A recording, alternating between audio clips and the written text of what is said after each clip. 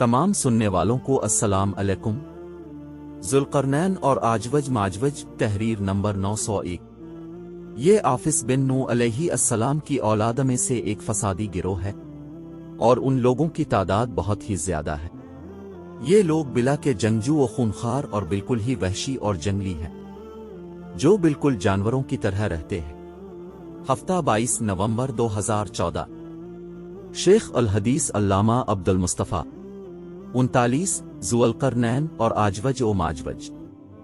ज़ुल्क़रनैन का नाम सिकंदर है। ये हज़रत ख़िज़र अलैहि अस्सलाम के खालाजाद भाई हैं। हज़रत ख़िज़र अलैहि अस्सलाम उनके वज़ीर और जंगों में अलंबरदार रहे हैं। ये हज़रत साम बिन नू अलैहि अस्सलाम की औलाद में से हैं और ये एक बुढ़िया के इकलौते फर्जंद हैं। हज़रत इब्राहीम खलील अल्लाह अलैहि अस्सलाम के दस्त हक परस्त पर इस्लाम कबूल करके मुद्दतों उनकी सोहबत में रहे और हज़रत अब्राहीम खलील अल्लाह अलैहि अस्सलाम ने उनको कुछ वसीयतें भी फरमाई थी। सही कौल यही है कि ये नबी नहीं है बल्कि बंदा सालेह हैं जो विलायत के शर्फ से सरफराज हैं। साद जीम 3 सुआद 21। ज़ुल्क़रनैन क्यों कहलाए?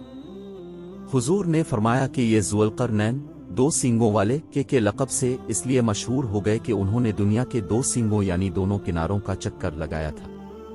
और बाज़ का कौल है कि उनके दौर में लोगों के 2 कर्न खत्म हो गए, 100 बरस का एक कर्न होता है। और बाज़ कहते हैं कि उनके 2 गैसू थे, इसलिए ज़ुल्क़रनैन कहलाते हैं। और ये भी एक कौल है कि उनके ताज पर 2 सींग बने हुए थे।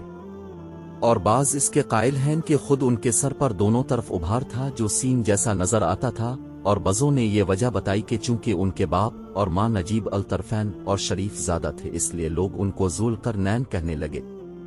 वल्लाह ताला अलम। मदरिक जीम 3 सुआद 23। अल्लाह ताला ने उनको तमाम रोए ज़मीन की बादशाही अता फरमाई थी। दुनिया में कल 4 बादशाह ऐसे हुए हैं जिनको पूरी ज़मीन की पूरी बादशाही मिली। इनमें 2 मोमिन थे और 2 काफिर।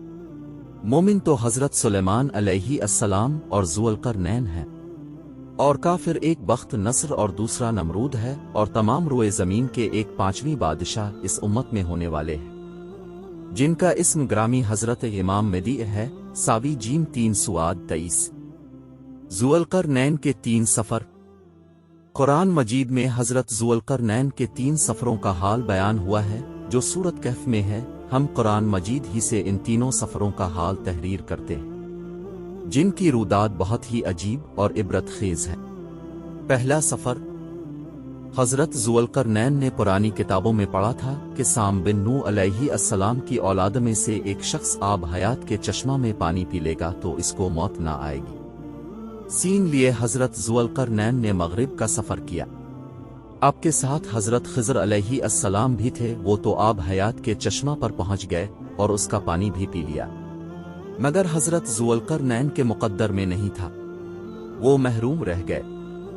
इस सफ़र में अब जानिब मग़रिब रवाना हुए तो जहाँ तक आबादी का नाम वो निशान है, वो सब मंजिलें तय करके अब एक ऐसे मकाम पर पहुँचे कि उन्हें सूरज गुरूब के वक्त ऐसा नजर आया कि वो एक सिया चश्मा में डूब रहा है, जैसा कि समंदरी सफ़र करने वालों को आफ़ताब समंदर के काले पानी में डूबता नजर आता है। वहाँ उनको ऐसी कौम मिली जो जानवरों की खाल पहने हुए थे, इसके सिवा कोई दूसरा लिबास उनके बदन पर नहीं था, और दरियाई मुर्दा जानवरों के सिवा उनकी ग़िज़ा का कोई दूसरा सामान नहीं था। ये कौम नासिक कहलाती थी। हज़रत ज़ुल्क़रनैन ने देखा कि उनके लश्कर बेशुमार हैं और ये लोग बहुत ही ताकतवर और जंगजू हैं, तो हज़रत ज़ुल्क़रनैन ने इन लोगों के गिर्द अपनी फ़ौजों का घेरा डालकर उन लोगों को बेबस कर दिया।